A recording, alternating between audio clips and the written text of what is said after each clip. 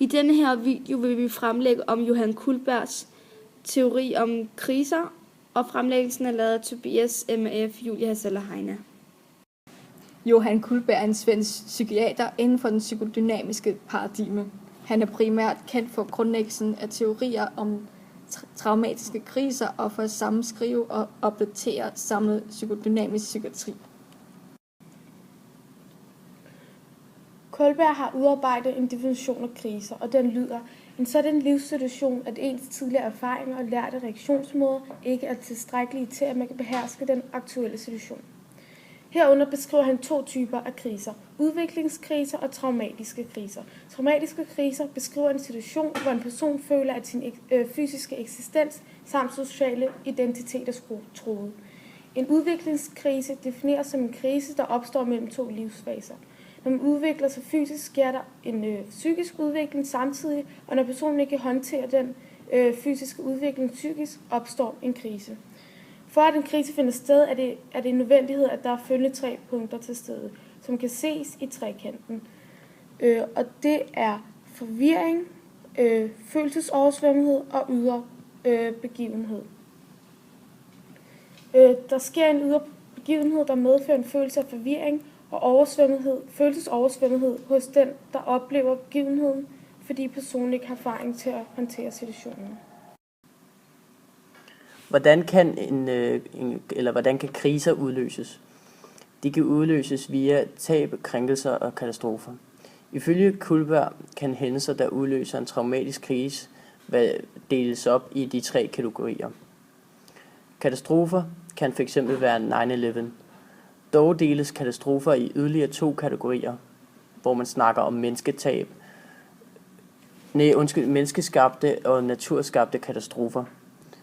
Men det kan nogle gange være svært at skelne mellem disse 2. Tab kan være at få amputeret sit ben for eksempel, eller miste en ægtefælle. Fysiske ting, som har stor værdi for ens identitet, kan også være kriseudløsning. I det, at tingene kan have stor psykologisk værdi. Så er der den sidste krænkelser, hvor den hænger sammen med tab, hvis man bliver indlagt for eksempel, og dermed mister sin frihed, eller at man føler sig måske krænket og føler et tab af sin identitet, i det man skal være iført samme tøj som de andre patienter.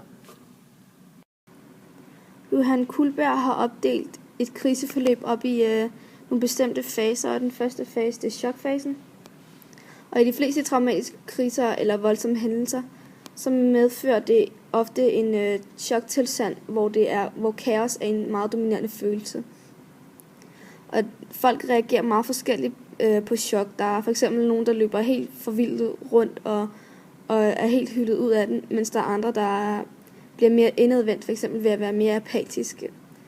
Og begge reaktioner er en måde at forsøge at kontrollere kaos på. Den her fase, den varer typisk fra minutter til timer eller døgn.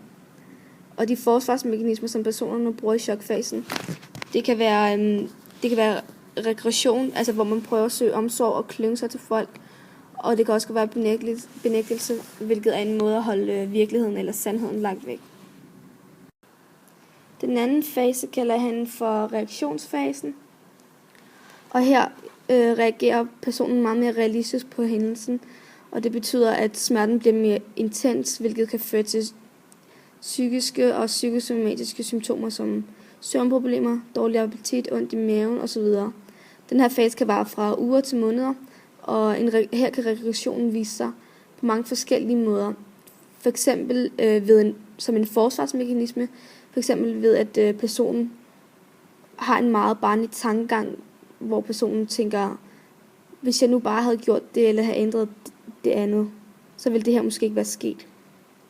Og det kan også godt vise sig ved alkoholmisbrug, ved projektion ved at tillægge andre ens egne følelser af skyld, fortrængning, splittelse, idealisering og devaluering. I sådan her situation, eller i den her fase, så er det meget vigtigt, at den kriseramtes netværk kan containe personens følelser, altså at de kan rumme dens følelser. Nu er vi nået til 3. fase, som hedder bearbejdningsfasen. I denne fase skal den kriseramte arbejde med sine følelser, uden at bruge forsvarsmekanismer. Efterhånden som symptomerne aftager, kan den risikoramte igen beskæftige sig med hverdagens gøremål og pligter. Her kan personens sociale netværk hjælpe bearbejdelsen ved at være aktiv lyttende. Så kommer vi til den fjerde fase, nyorienteringsfasen. I denne fase vender den kriseramte mere eller mindre tilbage mod livet igen, som et modent menneske. Der er nu gået 1 til 2 år. I nogle tilfælde kan patienten eller den kriseramte ikke gå videre fra reaktionsfasen til bearbejdningsfasen. I stedet går personen i en fastlåsningsfase med symptomudvikling. Dette sker, fordi at patienten ikke kan komme videre til bearbejdningsfasen selv, og dette kan så gøre, at personen udvikler nogle flere psykiske lidelser. For at denne person vil kunne komme igennem sin krise på en ordentlig måde, kræver det højst sandsynligt psykologhjælp. Nu er vi kommet til kritik af teorien. Guldbergs teori er kritiseret for, at den er meget konkret. De faser, som han har beskrevet omkring tiden efter krisen, er meget konkrete. De er endda tidsbestemte. Hvordan folk reagerer på kriser er dog meget forskelligt. Han har prøvet at putte reaktionen på krisen i en kasse, som det måske ikke i virkeligheden kan. Teorien kan dog stadig godt passe for mange mennesker, men måske ikke alle. Det er ikke alle, der går igennem de samme faser, og måske ikke i den samme rækkefølge, som han beskriver.